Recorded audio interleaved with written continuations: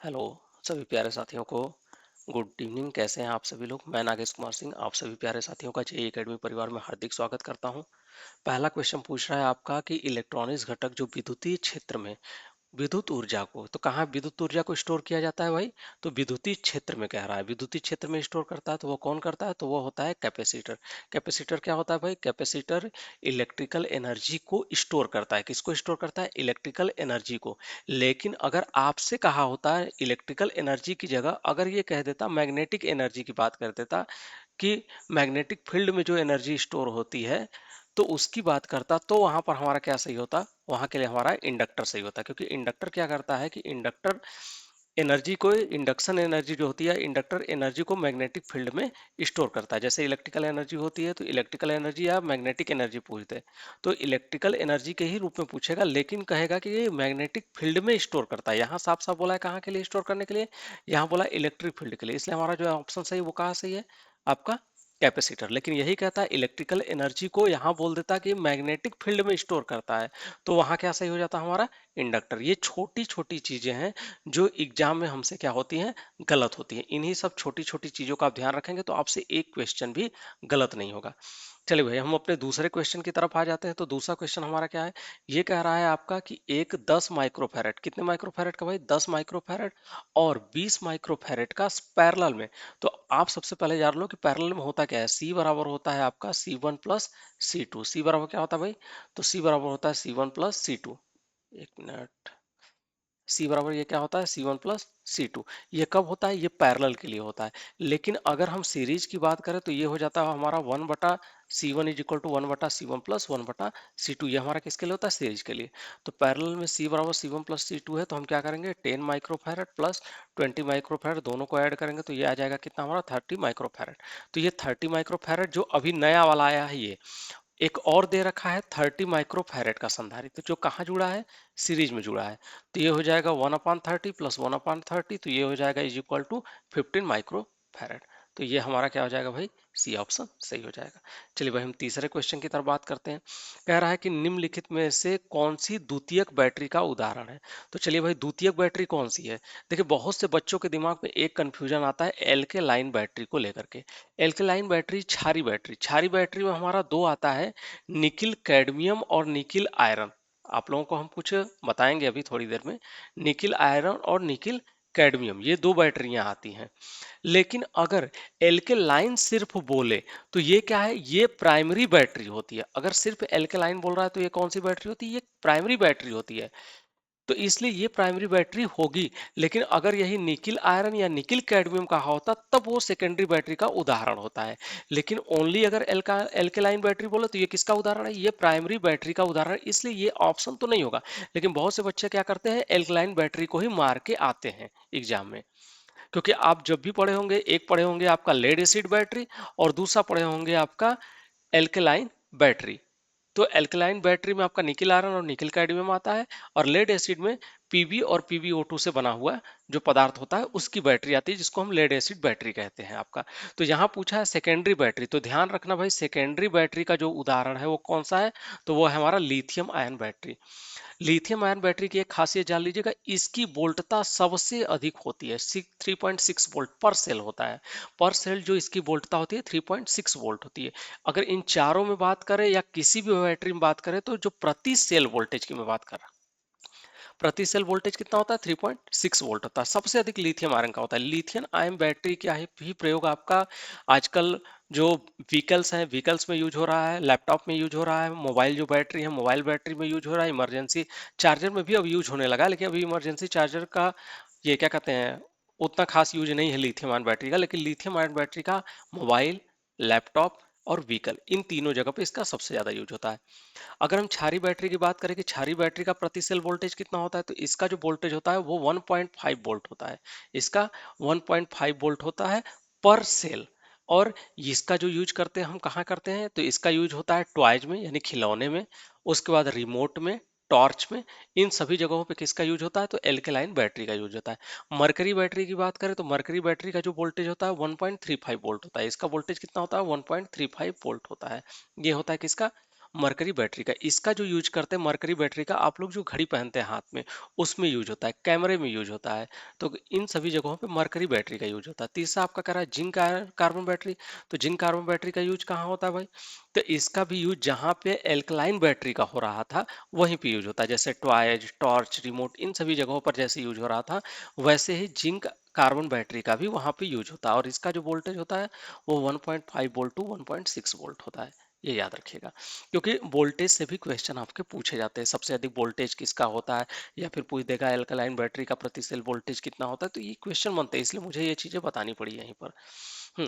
Battery से आपको एक चीज और बता देते हैं कि बैटरी में आपके दो प्रकार की बैटरी हमने बताया, lead acid battery, lead acid में जो पॉजिटिव प्लेट होती है वो आपका होता है पीबीओ2 की, पीबीओ2 की, और निगेटिव प्लेट जो होता है वो आपका पीबी की होती है। इसमें जो हम लोग यूज करते हैं वो आपका करते हैं H2SO4 का, H2SO4 का यूज किया जाता है इलेक्ट्रोलाइट के रूप में। और उसी तरह से निकिल कैडमियम बैटरी में किसका यूज करते हैं, अरे सर, निकिल कैडमियम और निकिल आयरन में किसका यूज किया जाता है, तो वहां पर आपका जो हमारा क्षारीय, जैसे यहाँ पर अम्लीय बैटरी है तो अम्ल का यूज किया जा रहा है, H2SO4 का यूज किया जा रहा है, वैसे ही वहां पर क्षार का, जैसे KOH, NaOH, इनका यूज किया जाता है। चलिए भाई आगे चलते हैं अगले क्वेश्चन की तरफ। कह रहा है एक बैटरी पैक 3 सेलों में बना है जो श्रेणी क्रम में जुड़े हुए हैं। कह रहा है कि 3 सेल हैं, 3 सेल किस में जुड़े हैं, सीरीज में जुड़े हैं। तो 3 सेल है भाई, 3 सेल, और कहाँ जुड़े हुए, सीरीज में। प्रत्येक सेलों का नाम मात्र वोल्टेज जो दिया है 1.5 वोल्ट दिया है, तो ये वोल्टेज दिया है 3 गुणते 1.5 वोल्ट, तो ये टोटल कितना हो जाएगा, 4.5 वोल्ट हो जाएगा, क्योंकि श्रेणी में क्या होता है, वोल्टेज का जो मान हो जाता है वो V बराबर हो जाता है V1 plus V2 plus V3, अगर पढ़े होंगे तो पढ़े होंगे, ये सीरीज में होता है। और पैरेलल में सभी के लिए एक जैसा होता है वोल्टेज, ये आपको पता होना चाहिए, लेकिन सीरीज में सबका वोल्टेज अलग अलग है। तो ये V1 का जो वोल्टेज है वही आपका यहाँ पर V2 का भी दिया, वही आपका V3 पर का भी दिया, क्योंकि यह बोल रहा है कि प्रति सेल प्रत्येक सेलों का जो वोल्टेज बताया वो कितना बताया, 1.5 वोल्ट बताया है। तो ये 3 सेल है, तो 3 गुणते हमने क्या कर दिया, 1.5 कर दिया, तो ये कितना आ गया, 4.5 आ गया है वोल्ट। अब क्या कह रहा है, अब कह रहा है कि धारिता, धारिता कितनी इसकी दी गई है, तो धारिता हमारी दी गई है 2.5 एम्पियर आवर। तो कैपेसिटेंस की वैल्यू जो दी गई है, कैपेसिटी की वैल्यू, वो आपका 2.5 दिया गया है, आपका 2.5। तो हम यहाँ पे क्या निकालेंगे, तो हम यहाँ पे E निकाल लेंगे, क्योंकि हमसे पूछा संग्रहित ऊर्जा। संग्रहित ऊर्जा E बराबर क्या होता है, तो E बराबर होता है V इंटू ए एच, ई बराबर क्या होता है, V इंटू एम्पियर हावर होता है।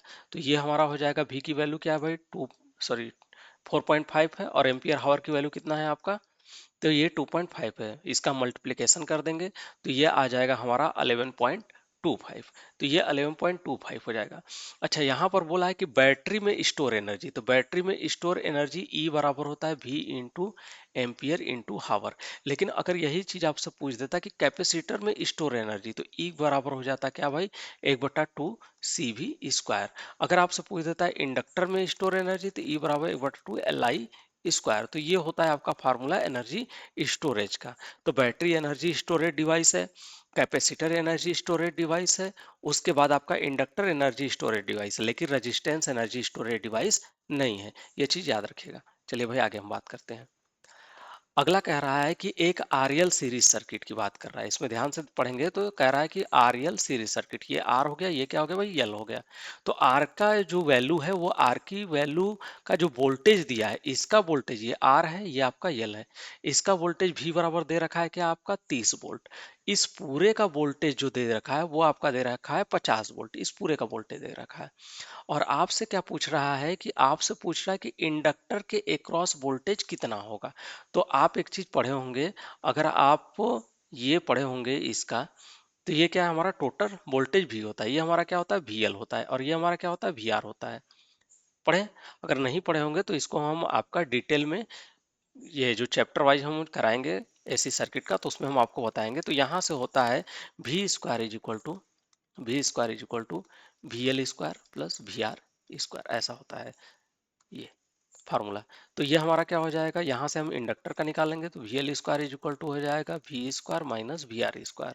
तो यहाँ से हो जाएगा हमारा क्या भाई, 50 का होल स्क्वायर माइनस 30 का होल स्क्वायर।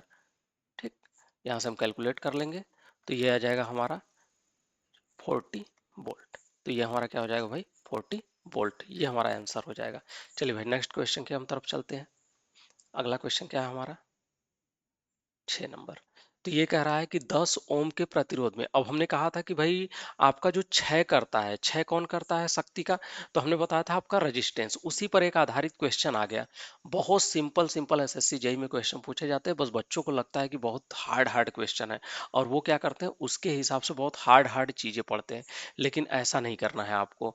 मैं जो आपको प्रीवियस ईयर का क्वेश्चन करा रहा हूँ वो, और उसके साथ ही साथ आपका जो मैं और अलग से टेस्ट कराऊंगा, टेस्ट सीरीज लेकर के आऊंगा, उसमें आप जब देखेंगे तो बस उन्हीं क्वेश्चन को आप कवर करिए, क्योंकि इसी से रिलेटेड आपके हर साल क्वेश्चन होते हैं, आते हैं एग्जाम में। मैं अभी आपका 2025 का 3 दिसंबर वाला क्वेश्चन करा रहा हूं। इसके बाद क्या है, जैसे ही ये आपका कंप्लीट होगा, फिर जो भी आपका 3 दिसंबर के बाद 4 दिसंबर, 5 या 6 का जो भी एग्जाम हुआ होगा, मैं उनके भी प्रीवियस ईयर क्वेश्चन आपको कराऊंगा। तो उसके लिए आप लोग निश्चिंत रहिए। आप लोग बस धैर्य बनाए रखिए, और क्लास को बस 1 घंटे डेली आपका रात में 9 बजे लेते रहिए, जिससे क्या होगा, आपका एक रेगुलरिटी बना रहेगा। अगला क्वेश्चन क्या कह रहा है, कह रहा है कि प्रतिरोध से 3 एम्पियर की धारा क्या होती है, प्रवाहित हो रही है। कितने एम्पियर की, तो आई की वैल्यू दिया है 3 एम्पियर। और कितने रेजिस्टेंस के ओम से, तो वो कह रहा है कि 10 ओम के, तो आर की वैल्यू कितना दिया है, 10। आपको पता है power loss is equal to क्या होता है, P loss I square R होता है हमारा। आई स्क्वायर आर, आई की वैल्यू क्या दिया, 3 का स्क्वायर इंटू क्या है 10, इज इक्वल टू आ जाएगा क्या, 90 वाट। तो ये हमारा क्या हो जाएगा, 90 वाट। नेक्स्ट क्वेश्चन की तरफ चलते हैं। अगला क्या है भाई, ट्रांसफार्मर वाइंडिंग के प्रतिरोध, किसकी बात किया है, वाइंडिंग, वाइंडिंग की बात किया, वाइंडिंग के प्रतिरोध के कारण होने वाली हानि। तो सबको पता है कि अगर वाइंडिंग में हानि हो रही है तो कौन सी होगी, तो वो होगी आपका कॉपर लॉस, क्योंकि वाइंडिंग जब भी बनाई जाती है किसकी बनाई जाती है, कॉपर की बनाई जाती है, तो कौन सा लॉस होगा वहां पे, कॉपर लॉस होगा। और एक चीज अगर पूछता है कि ट्रांसफार्मर वाइंडिंग में कौन सा लॉस नहीं होता है, तब वहां पर क्या सही होता, तब वहां पर फ्रिक्शन लॉस सही होता है, क्योंकि ट्रांसफार्मर में जो है वो आपका फ्रिक्शन लॉस नहीं होता है, तब आपका घर्षण हानि सही होती है। लेकिन पूछा है ट्रांसफार्मर वाइंडिंग में प्रतिरोध के कारण होने वाली हानि, तो हमारा क्या होगा, कॉपर लॉस होगा। इसी लॉस को क्या बोला जाता है, इसी लॉस को बोला जाता है वेरिएबल लॉस। इसी लॉस का नाम है दूसरा क्या भाई, इसी लॉस का नाम है दूसरा वेरिएबल लॉस। वेरिएबल का मतलब परिवर्तनीय हानियां, जिसकी वैल्यू क्या है, लगातार चेंज होती रहे। क्यों लगातार चेंज होती है, क्योंकि वाइंडिंग है, वाइंडिंग का रेजिस्टेंस है, और इसमें फ्लो होने वाली धारा आई होगी। तो आई स्क्वायर आर होता है, तो इस धारा का मान लोड के अकॉर्डिंग घटता बढ़ता रहता है, लोड के वेरिएशन की वजह से घटता बढ़ता है, जिसकी वजह से ये आपका लॉसेस भी क्या होते हैं, घटते बढ़ते रहते हैं। इसके लिए इसको क्या कहते हैं, हम वेरिएबल लॉस कहते हैं। नेक्स्ट क्वेश्चन की तरफ चलते हैं। अच्छा, ये हमारा क्या है, ये हमारा भौर धारा हानि है, ये हमारा क्या है, हिस्टैरिसीस हानि है। और ये दोनों कौन सी हानियां हैं, तो ये दोनों कोर लॉस है, इसको बोला जाता है कोर लॉस, ठीक, या क्रोड हानियां भी इसको बोलते हैं। और ये कौन सी हानियां होती है, तो ये स्थिर हानियां होती हैं। और ये हमने आपको बताया कौन सी होती है, तो ये परिवर्तनीय हानियां होती है, कॉपर लॉस। नेक्स्ट क्वेश्चन की तरफ चलते हैं। अगला कह रहा है 8वां क्वेश्चन, एक ट्रांसफार्मर का उपयोग जो किया है, एक ट्रांसफार्मर का उपयोग 12 वोल्ट एसी आपूर्ति को 120 वोल्ट एसी आपूर्ति में बदलने के लिए किसका प्रयोग किया जाएगा। तो ये साफ साफ कह रहा है कि आपका 12 वोल्ट की सप्लाई एक तरफ से आप लगा दो, ट्रांसफार्मर के एक सिरे पर 12 वोल्ट की सप्लाई दो, इसके दूसरे सिरे से क्या करो भाई, इसके दूसरे सिरे से 120 वोल्ट की सप्लाई लो। तो ऐसा किस में होता है, तो ऐसा आप सभी को पता होगा कि वो हमारा होता है स्टेप अप में। स्टेप अप ट्रांसफार्मर, अप का मतलब बढ़ा देना, डाउन का मतलब घटा देना। तो अप में हो जाएगा, स्टेप अप में जो वोल्टेज को क्या करेगा, इंक्रीज करेगा, स्टेप डाउन क्या करेगा, वोल्टेज को डिक्रीज करेगा। तो यहाँ जो ऑप्शन सही होगा वो क्या होगा, स्टेप डाउन होगा। अगला क्वेश्चन कह रहा है ट्रांसफार्मर के कोर को लेमिनेशन करने का उद्देश्य क्या है। तो ट्रांसफार्मर के कोर को लेमिनेट क्यों किया जाता है भाई, आप सभी लोग बताइएगा। तो वो होता है आपका ट्रांसफार्मर के कोर को लेमिनेट करने का हमारा मुख्य वजह भंवर धारा हानि को कम करना।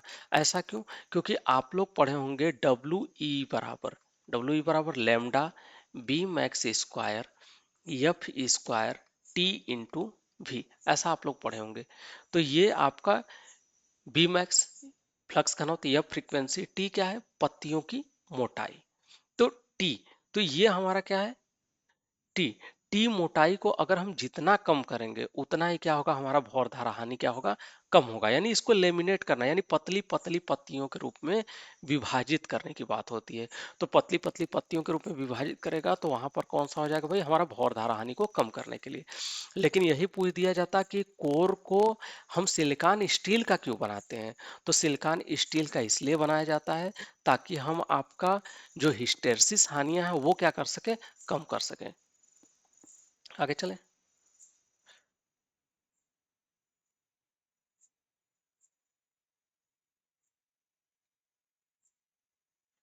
ये स्क्वायर है।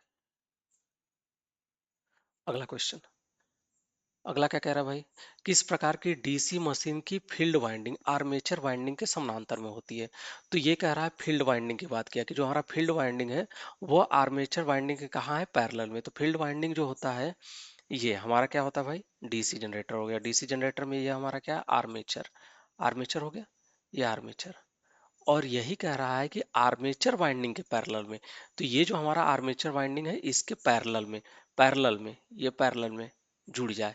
तो पैरेलल में कौन जुड़ता है, तो पतले तारों के अधिक वर्तन की कुंडली जुड़ती है आपका। तो इससे कौन सा बोला जाएगा, तो इसको हम संट नाम देते हैं। इसको क्या नाम देते हैं, इसको हम नाम देते हैं संट। तो ये कौन सा मशीन होगा, ये आपका संट डीसी मशीन होगा। लेकिन अगर यही क्वेश्चन आपसे पूछ देता कि फील्ड वाइंडिंग आर्मेचर वाइंडिंग के सीरीज में हो तो वहां पे कौन सा होता, तो वहां पे आपका डीसी सीरीज मोटर से ही होता। ठीक।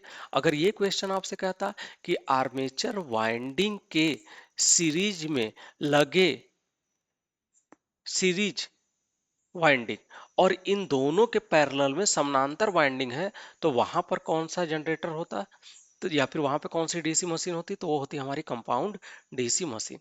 चलिए भाई हम अगले क्वेश्चन की तरफ चलते हैं। अगला क्वेश्चन कह रहा है कि यदि लगा हुआ डीसी वोल्टेज डीसी मोटर के लिए बढ़ाया जाता है तो गति पर क्या प्रभाव पड़ता है। तो आप लोग एक चीज जानते ही होंगे कि ईबी बराबर क्या होता है, ईबी बराबर होता है 5 ZNP अपान 60A। ये चीज आप लोगों ने पढ़ा होगा, जिसमें हमारी कौन कौन सी वैल्यू कांस्टेंट होती है। तो हमारी जो कांस्टेंट वैल्यू होती है जेड होती है, पी होती है, अपान 60A।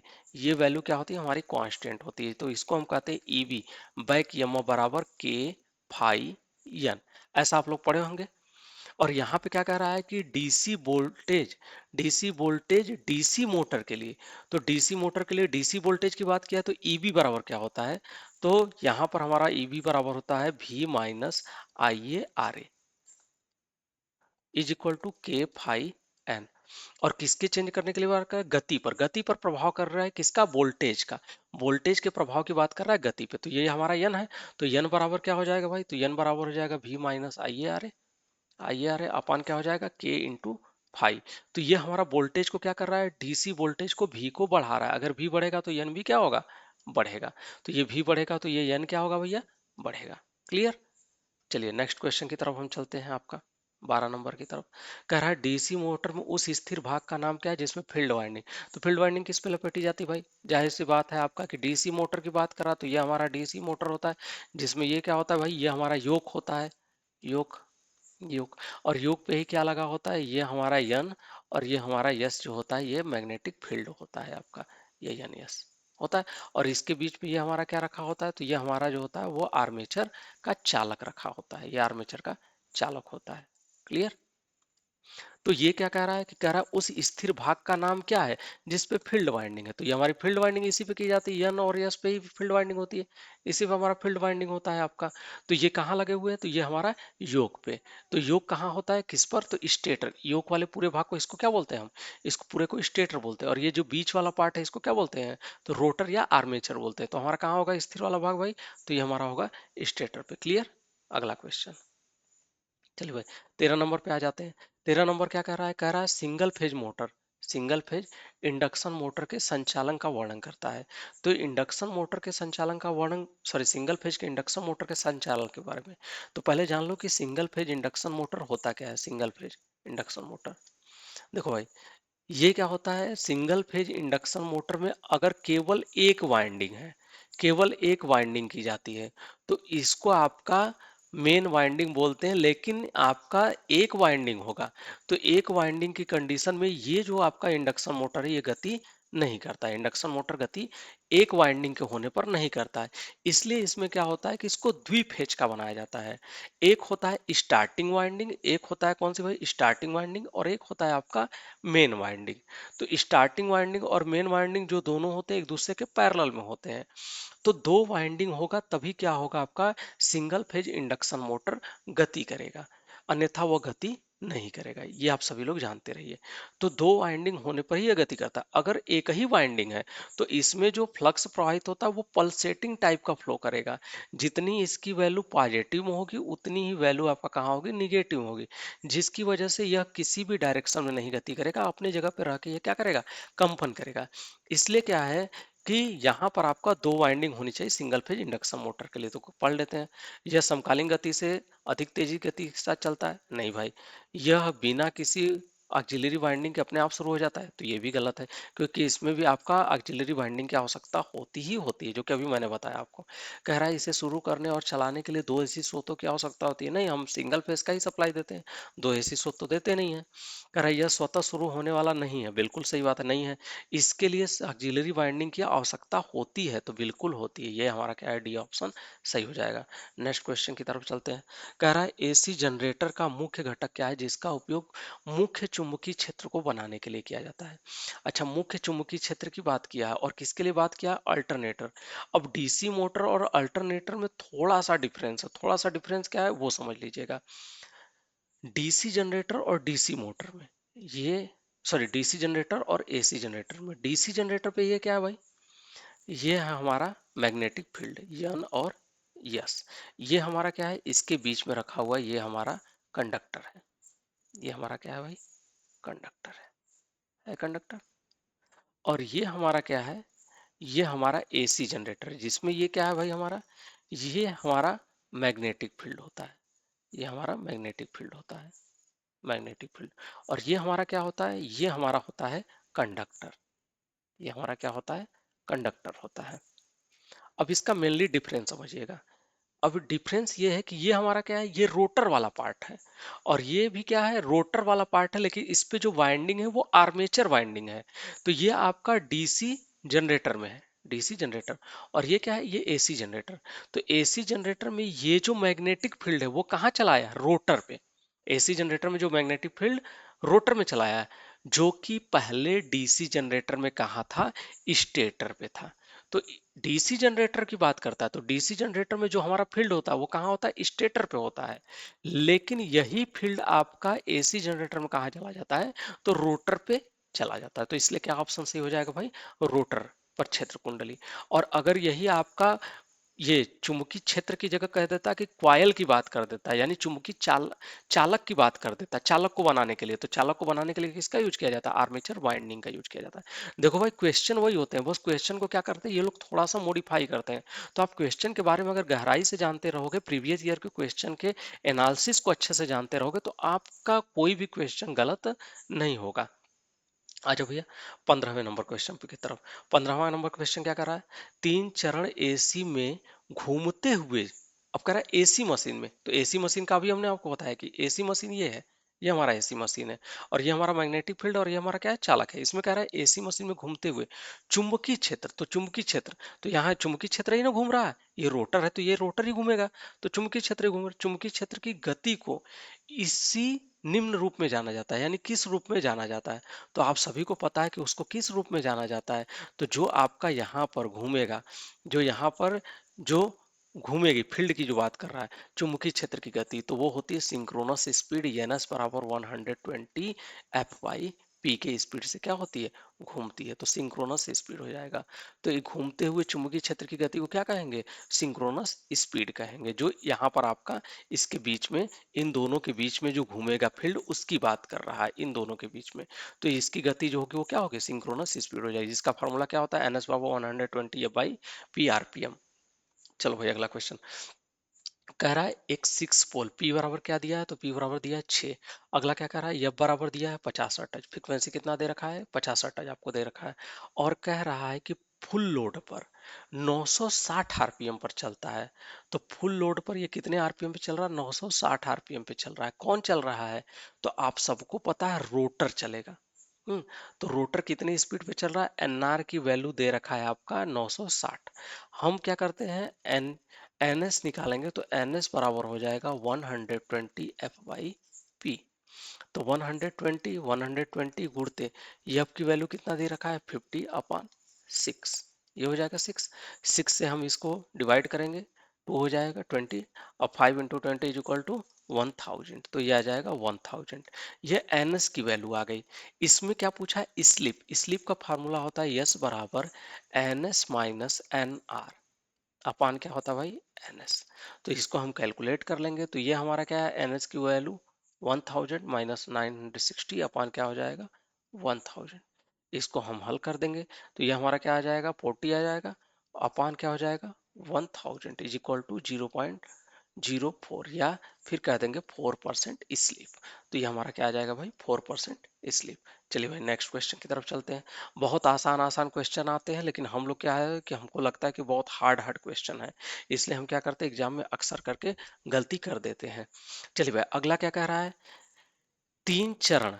तीन चरण का मतलब हो गया आपका कि थ्री फेज की सप्लाई की बात कर रहा है। थ्री फेज सप्लाई पर 400 वोल्ट सिंक्रोनस मोटर कितनी धारा लेती है, 20 एम्पियर की लाइन धारा ले रही है। तो लाइन धारा आईएल की वैल्यू दे रखा है क्या भाई, 20 एम्पियर। आईएल की वैल्यू दे रखा है कितना, 20 एम्पियर।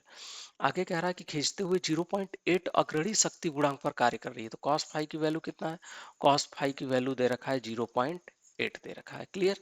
और कह रहा है कि V बराबर कितना है, 400 वोल्ट है। और हमको क्या निकालना है, प्रतिक्रियाशील शक्ति। प्रतिक्रियाशील का शक्ति का मतलब रिएक्टिव पावर। तो आप पहले तीन पावर जान लीजिएगा, एप्रिसिएंट पावर, इसको बोलते हैं आभासी शक्ति। P बराबर होता है VI, इसका यूनिट जो होता है वो होता है केवीए या एमवीए होता है। दूसरा होता है आपका एक्टिव पावर। एक्टिव पावर का क्या होता है, तो एक्टिव पावर की जो होती है वैल्यू, वो होती है पी बराबर वी आई कॉस फाई। क्या होता है भाई, पी बराबर वी आई कॉस फाई। इसकी जो यूनिट होती है वो होती है किलोवाट। तीसरा होता है रिएक्टिव पावर। रिएक्टिव पावर की वैल्यू होती है पी बराबर V I sine phi. Sine phi, P बराबर V I sine phi, V I sine phi. इसकी जो यूनिट होती है वो के वी ए आर या एम वी ए आर, या इसका होता है किलोवाट या मेगावाट होता है, या मेगावाट ये होता है। तो ये एप्रिसिएंट पावर आभासी शक्ति, ये वास्तविक शक्ति, और ये प्रतिघाती शक्ति का फार्मूला होता है। लेकिन यहाँ पर तीन चरण बोला है, थ्री फेज सप्लाई की बात किया है, इसलिए फार्मूला जो हो जाएगा P बराबर √3 VL IL cos five, sorry sine five, क्योंकि रिएक्टिव पावर है, साइन फाइव हो जाएगा। तो ये हो जाएगा 1.732 इंटू हो जाएगा कितना भाई, 400 वोल्ट, इंटू हो जाएगा आपका IL की वैल्यू कितना दे रखी है, तो आपका 20 दे रखा है, इंटू ये आपका कह रहा है 0.8 क्या शक्ति गुणांक, यानी cos फाई की वैल्यू दे रखा है। ये आपका cos फाई की वैल्यू कितना दे रखा है, 0.8। आप साइन फाई निकाल दो यहाँ से, sine phi is equal to हो जाएगा रूट में 1 minus cos square phi, cos square phi. तो ये हो जाएगा आपका 1 माइनस 0.8 का होल स्क्वायर हो जाएगा।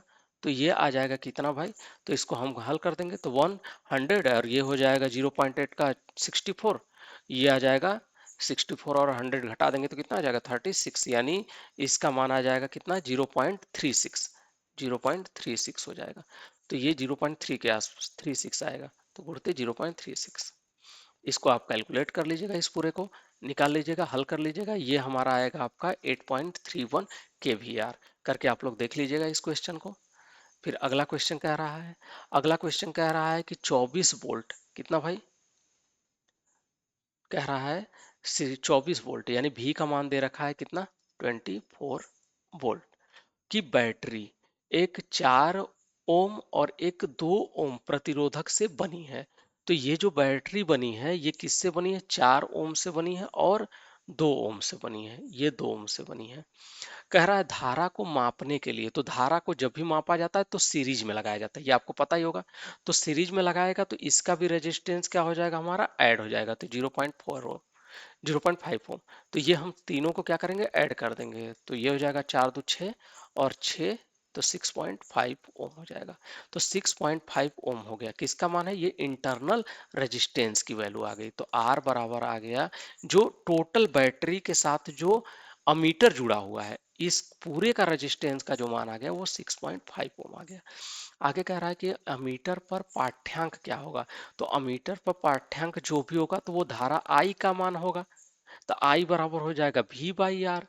वी का मान ऑलरेडी आपको दे रखा है कितना, 24/6.5। यहां से आप कैलकुलेट करेंगे तो इसका मान आ जाएगा कितना, 3.69। क्लियर भाई? चलिए भाई अगला क्वेश्चन देख लेते हैं। 19 नंबर क्वेश्चन क्या कह रहा है? कह रहा है कि एक एसी परिपथ की वास्तविक शक्ति, अभी हमने आपको बताया था कि वास्तविक शक्ति क्या होता है, एक्टिव पावर होता है, एक्टिव पावर। और एक्टिव पावर की जो वैल्यू होती है पी बराबर वी आई कॉस फाई होता है। या हम इसको कह सकते हैं पी एक्टिव, एक्टिव पावर बराबर पी एप्रिसिएंट पावर, मतलब आभासी शक्ति। इस वी आई को हमने एप्रिसिएंट पावर बोला और गुणते कॉस फाई, ऐसा बोल सकता है हम। तो cos phi is equal to क्या हो जाएगा, cos phi is equal to हो जाएगा P active upon P apparent, ऐसा हो जाएगा। पी एप्रिसिएंट, पी एप्रिसिएंट, तो पी एक्टिव का मान कितना दिया है, तो वास्तविक शक्ति दी रखी है 500 वोल्ट, तो ये सॉरी 500 वाट बटा के ये कितना दे रखा है, 625 वोल्ट एम्पियर। यहाँ से हम काट देंगे तो आपकी वैल्यू, यानी इसको हल करने पे, सॉल्व करने पे कितना आ जाएगा भाई, तो ये आएगा 0.8। नेक्स्ट क्वेश्चन की तरफ चलते हैं। कह रहा है कि एकता का पावर फैक्टर इंगित करता है। तो पहले तो आप जान लो कि कौन कौन से होते हैं जो वैल्यू हमारे यहाँ यूज किए जाते हैं, कौन कौन से ऐसे मटेरियल होते हैं। तो देखो भाई, कंडक्टर होता है, कंडक्टर के अंदर पाया जाता है रेजिस्टेंस, जिसको हम रजिस्टिव मटेरियल भी बोलते हैं। इस रजिस्टिव मटेरियल के अंदर जो कॉस फाई की वैल्यू होती है प्योर रजिस्टिव के लिए, वो होती है कॉस फाई की वैल्यू 1 होती है। लेकिन इंडक्टर और कैपेसिटर के लिए, किसके लिए, इंडक्टर और कैपेसिटर के लिए, अगर ये दोनों प्योर हैं तो इनके लिए जो कॉस फाई की वैल्यू होती है वो क्या होती है, वो होती है 0। शायद ये आप लोग पढ़े होंगे, तो पढ़े होंगे। तो यहाँ पर कह रहा है कि एकता यूनिटी पावर फैक्टर, तो यूनिटी पावर फैक्टर किस में पाया जाएगा भाई, तो वो हमारा पाया जाएगा रजिस्टिव के अंतर्गत। ठीक, ये सॉरी सॉरी रिएक्टिव पे हमने चिन्ह लगा दिया, इस पे होगा रजिस्टिव, होगा ये नहीं होगा रजिस्टिव। मैंने बोला रजिस्टिव लेकिन रिएक्टिव पे लग गया। चलिए भाई अगला क्वेश्चन देख लीजिएगा। कह रहा है एक संतुलित 3 चरडी लोड 400 वोल्ट के लाइन वोल्टेज पे 25 एम्पियर का करंट क्या करता है भाई, खींचता है। अभी मैंने इस पर ही एक क्वेश्चन आपको कराया था, P बराबर √3 VL IL cos फाइव पे, अभी कराया थोड़ी देर पहले। तो ये भी सेम उसी पर है, क्योंकि यहाँ पर पूछ रहा है वास्तविक शक्ति। तो वास्तविक शक्ति क्या है भाई, हमारा P बराबर हो जाएगा, क्योंकि अभी हमने कराया, इसको आप लोग करेंगे, हम नहीं करेंगे, VL IL cos फाइव पे। देख रहे हैं, इस पर आपका 2 क्वेश्चन आपसे पूछा गया। आप लोग देख रहे होंगे कि क्वेश्चन बहुत आसान आसान है, लेकिन एक बार अगर आप लगाएंगे तो आप खुद, यकीन मानिए आपको खुद एहसास होगा कि क्वेश्चन बहुत आसान आसान है, बस हमें लगाने की जरूरत है। VL का मान दिया ही है 400 वोल्ट, IL का मान दिया ही है 25 एम्पियर, उसके बाद आपका cos फाई का मान दिया ही है 0.9। इन तीनों की वैल्यू आप रख देंगे और 1.73 का मल्टीप्लिकेशन कर देंगे, तो ये हमारा वैल्यू आ जाएगा। तो इसको हल कर लीजिएगा आप सभी लोग। अगला क्वेश्चन कह रहा है कि एक गैल्वेनोमीटर है, एक आपका मूविंग कॉइल गैल्वेनोमीटर का कार्य सिद्धांत चुंबकीय क्षेत्र के प्रभाव पर आधारित है। तो पहले तो जान लो कि जो गैल्वेनोमीटर होता है वो एक आपका डीसी जनरेटर की भांति ही इसका संरचना होता है, लेकिन इसका क्या है, बहुत ही छोटे रूप में होता है, बहुत ही क्या होता है भाई, छोटे रूप में होता है। लेकिन संरचना उसी की तरह होती है, जैसे ये हमारा है क्या भाई, आर्मेचर है ना, ये हमारा क्या है, मैग्नेटिक फील्ड है, मैग्नेटिक फील्ड है। और इसमें ये हमारा क्या है, संकेतक है। तो इसमें कह रहा है कि एक आपका चल कुंडली गैल्वेनोमीटर का कार्य सिद्धांत चुंबकीय क्षेत्र का प्रभाव। अब ये बताओ, ये यन से यस की तरफ जो फ्लक्स जा रहा है इसका प्रभाव किस पर लग रहा है, या आप लोग बताओ किस पर लग रहा है। तो ये क्या है बीच में, ये कंडक्टर है ना, तो कंडक्टर पे लगेगा ना, तो किस पे लगेगा, तो ये करेंट कैरिंग कंडक्टर पर लगेगा। क्लियर हो गया कंसेप्ट? आगे चलते हैं अगले क्वेश्चन की तरफ। फिर अगला क्वेश्चन क्या कह रहा है, कह रहा है कि एक गैल्वेनोमीटर कुंडली में दोलन का आवर्तकाल, दोलन का आवर्तकाल 2 सेकंड है। तो यहाँ कितना दिया भाई, दोलन का आवर्तकाल 2 सेकंड आपका दिया हुआ है। और इसमें कह रहा है कि टॉर्सनल फाइबर का मोड़ स्थिरांक, यानी टॉर्सनल कांस्टेंट दिया हुआ है 4, और मोमेंटम ऑफ इनर्शिया कह रहा आधा हो जाता है। तो पहले तो आप जान लो कि आवर्तकाल टी बराबर क्या होता है, तो टी बराबर होता है 2 पाई रूट में आई बाई सी। आई बाई क्या होता है, सी। आई क्या भाई, तो आई है आपका मोमेंटम ऑफ इनर्शिया, सी क्या है, तो यह है टॉर्सनल कॉस्ट है आपका। तो यहां पर कह रहा है कि जो मोड़ स्थिरांक है यानी सी जो है, ये सी की वैल्यू क्या हो जा रही है 4c, और ये जो मोमेंटम ऑफ इनर्शिया है इस आई की वैल्यू हो जा रही है I/2, यही हो जा रही है, क्योंकि यहाँ बोल रहा है I/2। तो हम क्या करेंगे, यही दोनों वैल्यू हम टी के अंदर पुट कर देंगे, तो ये हमारा क्या हो जाएगा टी डैश बराबर, क्योंकि पूछा कि नया आवर्तकाल, तो नया आवर्तकाल को हम क्या मान लेते हैं कि टी डैश है, हो जा रहा है हमारा नया आवर्तकाल, तो ये हो जाएगा 2 पाई रूट में आई की वैल्यू कितना हो जा रही है, तो I/2, तो ये हो जा रहा है I/2। सी की वैल्यू कितना हो जा रही है, तो ये हो जा रही है हमारा 4c, तो ये हो जाएगा हमारा 4c। इसको हम अगर हल करेंगे तो कितना आ जाएगा भाई, 2 पाई रूट में I/8c, यही होगा। क्या हम इसको ऐसा लिख सकता है, T dash is equal to 2 pi root में 1/8 इंटू 1 अपान, सॉरी I/c रूट में, ऐसा लिख सकता है अलग अलग। तो ये क्या है, अगर हम इसको टी डैश बराबर 2 पाई रूट में I/c कह सकते हैं, इस पूरे को क्या बोलते हैं, टी बराबर 2 पाई अप इंटू रूट में I/c को हम टी बोलते हैं। तो ये टी डैश बराबर क्या हो जाएगा, टी डैश बराबर हो जाएगा, ये हो जाएगा 2 पाई, 2 पाई, सॉरी 2 पाई इंटू I/c को हम क्या लिख रहे हैं, तो इसको हम लिख रहे हैं टी, तो इसको हम लिख रहे हैं टी, यहां से हम टी लिख दे रहे हैं, टी इंटू क्या हो जाएगा भाई, तो ये हो जाएगा इंटू रूट में 1/8, ये हो जाएगा। और ये हमारा यहाँ से हल करेंगे तो टी डैश बराबर हो जाएगा। अब यहाँ बोला था कि गैलेनोमीटर कुंडली के दोलन का आवर्तकाल कितना है, 2 सेकंड, यानी पिछले वाले का 2 सेकंड है। नए वाले आवर्तकाल क्या होगा, तो यानी ये टी की वैल्यू कितना दी है, 2 गुणते, क्योंकि ये पुराना वाला है, ये टी पुराना वाला है, और टी डैश जो ये नया वाला है, तो ये 1 अपान क्या हो जाएगा, √8 हो जाएगा। 1 का अगर हम रूट निकालेंगे तो 1 आएगा, √8 का निकालेंगे तो 2 इंटू √2 हो जाएगा, 2 को 2 से डिवाइड कर देंगे, तो ये हो जाएगा 1/√2। ये √2 का मान 1.44 रख करके आप निकाल लीजिएगा, तो ये आ जाएगा 0.707s, ये आ जाएगा। तो यहाँ आपको क्या देखने के लिए मिला, यहाँ पे आपको देखने के लिए मिला कि अगर मोड़ स्थिरांक का मान बढ़ाएं, यानी अब हम नया क्वेश्चन बता रहे हैं, अगर C की वैल्यू बढ़ाई जाए और अगर I की वैल्यू को कम किया जाए, तो हमारा जो नया आवर्तकाल होगा उस आवर्तकाल की वैल्यू क्या हो जाएगी, कम हो जाएगी, मतलब वो अधिक तेजी के साथ दोलन करेगा। ये निकल के आ रहा, पहले इसको दोलन करने में 2 सेकंड ले रहा था, अब दोलन करने में नए वाले का कितना 0.707, तो देख रहे हैं बहुत कम हो गया ये दोलन। नेक्स्ट क्वेश्चन की तरफ चलते हैं। कह रहा है एक एनालॉग वाट मीटर की करंट कॉइल, तो आप पहले जान लो कि वाट मीटर में 2 कॉइल होते हैं, ये होता है करंट कॉइल और एक होता है हमारा पोटेंशियल कॉइल, ये होता है पीसी, इसको बोलते हैं सीसी, इसको बोला जाता है पीसी। ये सीसी कहाँ जुड़ता है, तो ये सीसी हमेशा लोड के सीरीज में जुड़ता है, ताकि जितनी भी करंट है वो इस पूरे के पूरे कॉइल के साथ फ्लो हो सके, और ये जितनी फ्लो होने वाली करंट है उसका मेजरमेंट कर सके। और ये जो पीसी होता है ये लोड के कहाँ जुड़ता है, पैरेलल में जुड़ता है, इसका एक सिरा यहाँ जुड़ रहा है तो एक सिरा यहाँ जुड़ रहा है। तो हमारा क्वेश्चन का आंसर क्या सही होगा भाई, भार के साथ श्रेणी क्रम में। लेकिन अगर यही आपसे पीसी पूछ देता तब क्या हो जाता भाई, तब वहां के लिए आपका सही हो जाता कि जो है लोड के पैरेलल में जुड़ता है कौन, हमारा पोटेंशियल कॉइल यानी विभव कुंडली। ये पतले तारों के अधिक वर्तन की होती है पीसी, और सीसी जो होता है मोटे तारों के कम वर्तन का होता है, ये याद रखिएगा अपने दिमाग में। चलिए भाई 25 नंबर क्वेश्चन की तरफ आ जाते हैं। हम थोड़ा सा समय भले ही क्वेश्चन पर ले रहे हैं लेकिन हम उसके एनालिसिस को बता रहे हैं।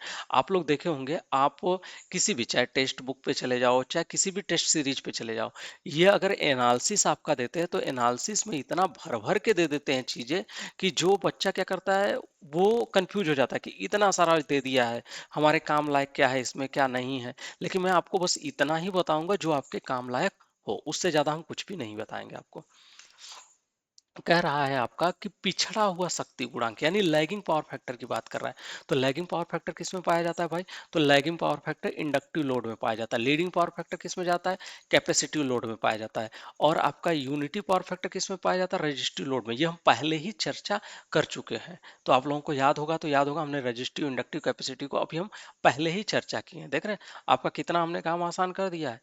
ये आपका रजिस्टिव, इंडक्टिव और कैपेसिटिव को हमने ये कॉस फाई के रूप में बताया था, कॉस फाई के रूप में बताया था ना। तो यहाँ पर आपका लीडिंग, लैगिंग और यूनिटी। तो लीडिंग का जो गुण होता है वो किसके अंतर्गत होता है? तो ये आपका वोल्टेज से जो करंट होती है वो क्या करती है भाई? लीड करती है। यानी ये हमारा वोल्टेज है, तो वोल्टेज से करंट क्या है? ये 90 डिग्री लीड करेगी। किसमें? प्योर इंडक्टिव में। लैगिंग में क्या होता है? लैगिंग में आपका वोल्टेज से जो करंट होता है वो 90 डिग्री क्या करता है? लैग करता है। ये वोल्टेज से करंट जो होता है वो 90 डिग्री क्या करता है? लैग करता है प्योर में, प्योर इंडक्टिव में। और अगर रजिस्टिव की बात करें, ये हम कैपेसिटिव के लिए बात कर रहे थे, ये हम इंडक्टिव के लिए बात कर रहे थे। अगर हम रजिस्टिव के लिए बात करें तो रजिस्टिव में क्या होता है? आपका वोल्टेज और करंट जो होता है ये दोनों क्या होते हैं? दोनों सेम फेज में होते हैं आपका। तो यहाँ पर जो हमारा आंसर हो जाएगा वो क्या हो जाएगा? इंडक्टिव। अब ऐसे क्वेश्चन आएंगे तो आपसे छूटेंगे नहीं। कह रहा है लैगिंग पावर फैक्टर को सुधारने के लिए। तो लैगिंग पावर फैक्टर किसकी वजह से होता है? इंडक्टर यल की वजह से होता है। तो जाहिर सी बात है यल का विरोध कौन करता है? सी। क्योंकि आप लोग अगर पढ़े होंगे रेजोनेंस, तो रेजोनेंस में क्या होता है? वीएल और वीसी एक दूसरे के क्या होते हैं? वो अपोजिट होते हैं एंगल में। ठीक है। तो यहां पर कह रहा है कि lagging power factor, lagging power factor को सुधारने के लिए। तो यल के अंदर लैगिंग होता है, सी के अंदर क्या होता है? लीडिंग होता है। तो लैगिंग को लीडिंग क्या करेगा? वो आपका एक दूसरे का विरोध कर देगा, अपोज कर देगा। तो यहाँ पर क्या होगा? भार के पैरेलल में किसका यूज करेंगे हम? संधारित्र का यूज करेंगे। तो यहाँ पर भार के पैरेलल में किसका यूज किया जाएगा? कैपेसिटर का यूज किया जाएगा, जिससे हम क्या कर सकें? उसको समाप्त कर सकें या सुधार सके, पावर फैक्टर को इंप्रूव कर सकें। नेक्स्ट क्वेश्चन की तरफ चलेंगे। नेक्स्ट क्वेश्चन हमारा फिर अगला क्वेश्चन है। कह रहा है आभासी शक्ति। यहाँ पर क्या दिया? यहाँ पर आपका दे दिया, फिर हम वही बात कर रहे हैं, P बराबर वी आई कॉस फाई की, कॉस फाई की बात कर रहे हैं। ठीक। ये हमारा कह रहा है केवीए, इसी की वैल्यू केवीए में होती है। इसकी वैल्यू दे रखा है कितना? 25 दे रखा है, 25 केवीए। आगे कह रहा है कि 0.8 लैगिंग, यानी कॉस फाई की वैल्यू कितना दे रखा है? तो 0.8 दे रखा है, दे रखा है वाले भार को, यानी इस भार को, ठीक, वाले भार को। तो हम पहले P निकाल लेते हैं। P एक्टिव बराबर कितना आ जाएगा? तो 25 गुणते 0.8, हम मल्टीप्लीकेशन, तो 25 वाट है 200, तो यहाँ 20 किलो वाट, क्योंकि ये केवीए में था तो ये किलो वाट में हो जाएगा, तो 20 किलो वाट हो गया। तो यानी कितने का भार है? 20 किलो वाट के भार को। अब समझ रहे हैं हम क्या कहना चाहते थे?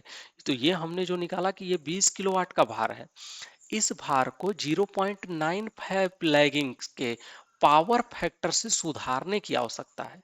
तो अब ये हमारा तो एक्टिव मिल गया ना हमको। ठीक।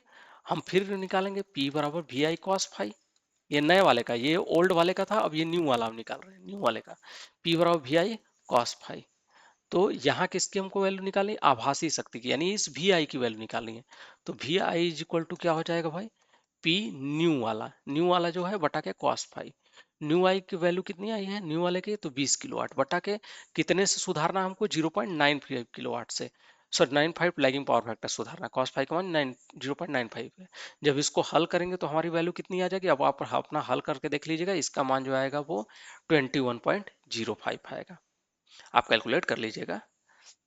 देखो हम आपको क्वेश्चन, जितने भी ये क्वेश्चन आप देख रहे हैं, ये हम आपको जितना भी क्वेश्चन दिखा रहे हैं या बता रहे हैं, ये सारे के सारे क्वेश्चन को हम विधिवत समझा रहे हैं आपको, ताकि एक एक पॉइंट आपको समझ में आए। कोई अगर अनपढ़ बच्चा भी है, अगर वो क्वेश्चन बस देख रहा है तो उसको अच्छे से समझ में आ जाएगा कि टीचर कहना क्या चाहता है। चलिए भाई अगले क्वेश्चन की तरफ। अगला क्वेश्चन कह रहा है कि 200 वोल्टेज का सोर्स वोल्टेज कितना दिया है? तो हमारा V का मान दिए रखा है कितना? 200 वोल्ट। क्लियर। कह रहा है कि 5 प्लस जे 12 ओम के प्रतिबाधा, जेड की वैल्यू दे रखा है 5 प्लस जे 12, ऐसा दे रखा है। अगर हम जेड की वैल्यू को निकाल लें तो रूट में R square plus X square होगा। आप सभी लोगों को पता है 5 का होल स्क्वायर प्लस 12 का होल स्क्वायर कर देंगे तो 5 12 13 होता है, आप लोगों को पता होगा अगर आपका पढ़े होंगे रूल कड़ी वाला तो। तो ये क्या हो जाएगा 13, 5 का होल स्क्वायर 25 और 13 का निकालेंगे 144, दोनों को जोड़ेंगे 169, 13 आ जाएगा। ठीक, क्लियर। अब कह रहा है कि इतने भार से जुड़े शक्ति कारक को यूनिटी पर लाने के लिए समानांतर पैरेलल कैपेसिटर जोड़ा जाता है। तो कैपेसिटर को जोड़ने की बात कर रहा है और उस स्थिति में कह रहा है कि जो कैपेसिटर जुड़ेगा उसकी धारिता में मान क्या होगा। मतलब समझ रहे हैं, यानी सी की वैल्यू आपसे पूछा जा रहा है कि सी का मान कितना होगा। तो ऐसे क्वेश्चन में एक फार्मूला आपको याद रखना, ये इस समय बड़ा लेटेस्ट क्वेश्चन चला है और ये अक्सर एग्जाम में पूछ दिया जा रहा है। तो Q बराबर होता है V स्क्वायर ओमेगा इंटू सी। शायद ये पढ़े होंगे, तो पढ़े होंगे आप लोग। तो कैपेसिटिव के लिए अगर हम Q की वैल्यू देखें तो Q की वैल्यू क्या हो जाएगी, V square into omega into C. या हम यहाँ से Q C का मान हमको निकालना है, तो C बराबर हो जाएगा Q बटा के V स्क्वायर इंटू ओमेगा का मान आपको पता है कितना, 2 पाई एफ हो जाएगा। V स्क्वायर इंटू क्या हो जाएगा, 2 पाई एफ। हमको एफ की वैल्यू पता है, V की वैल्यू पता है, लेकिन क्या Q की वैल्यू पता है, नहीं पता है। Q बराबर होता क्या है आपका, पहले ये जानना पड़ेगा। Q कहते किसको है आपका, तो Q बराबर होता है हमारा वी आई साइन फाई। एक तो ये होता है, दूसरा होता है Q बराबर, एक और फार्मूला होता है, इसको जानते रहेगा। P, ये कौन सा P है, तो P एक्टिव है, ये P एक्टिव है, एक्टिव यानी एक्टिव पावर, वास्तविक शक्ति। और होता है tan phi 1 minus tan phi 2। ये भी बड़ा, इस पर भी बड़ा लेटेस्ट क्वेश्चन पूछा जा रहा है, एक इस पे और एक इस फार्मूले पे। इस समय का सबसे ट्रेंडिंग क्वेश्चन है, इससे बहुत क्वेश्चन इस टाइम पूछे जा रहे हैं, अक्सर एग्जाम में पूछ लिए जा रहे हैं। तो ये चीज याद रखेगा, क्योंकि बहुत से बच्चे ऐसे फार्मूले पे गौर ही नहीं करते और ऐसे फार्मूले पे क्वेश्चन आ जाता है तो लगा भी नहीं पाते हैं। तो यहां से हमको एक्टिव पावर P एक्टिव चाहिए, तो P एक्टिव बराबर क्या होता है, अब हम इसके पास चलेंगे। तो P एक्टिव बराबर होता है हमारा वी आई कॉस फाई। अब क्या क्या आपको दिया हुआ है ये हम चलेंगे। तो भी तो दे रखा है भाई, क्या आई दिया है, नहीं आई तो नहीं दिया, आई निकालना पड़ेगा।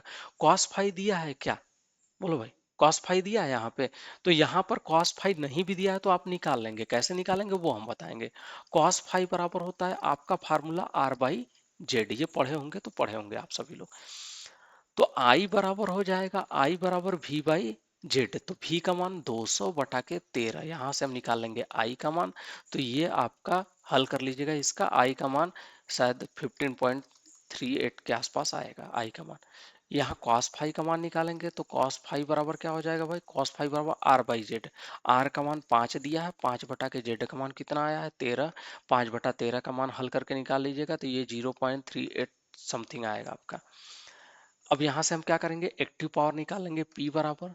तो ये V का मान 400 दिया है, 400 सॉरी 200 दिया है ना, 200, 200 गुणते 15.38 गुणते 0.38, यहाँ से करके कैलकुलेशन कर लीजिएगा। तो यह आपका P एक्टिव आ गया, तो ये P एक्टिव का मान आ गया। तो ये Q वाले में रखेंगे तो Q बराबर क्या होता है, Q बराबर P एक्टिव का मान कितना दे दिया, तो P एक्टिव का मान आपका यहाँ से निकाल लीजिएगा, जो भी आएगा P एक्टिव का मान, P एक्टिव का मान यहाँ से निकाल लीजिएगा P एक्टिव का मान।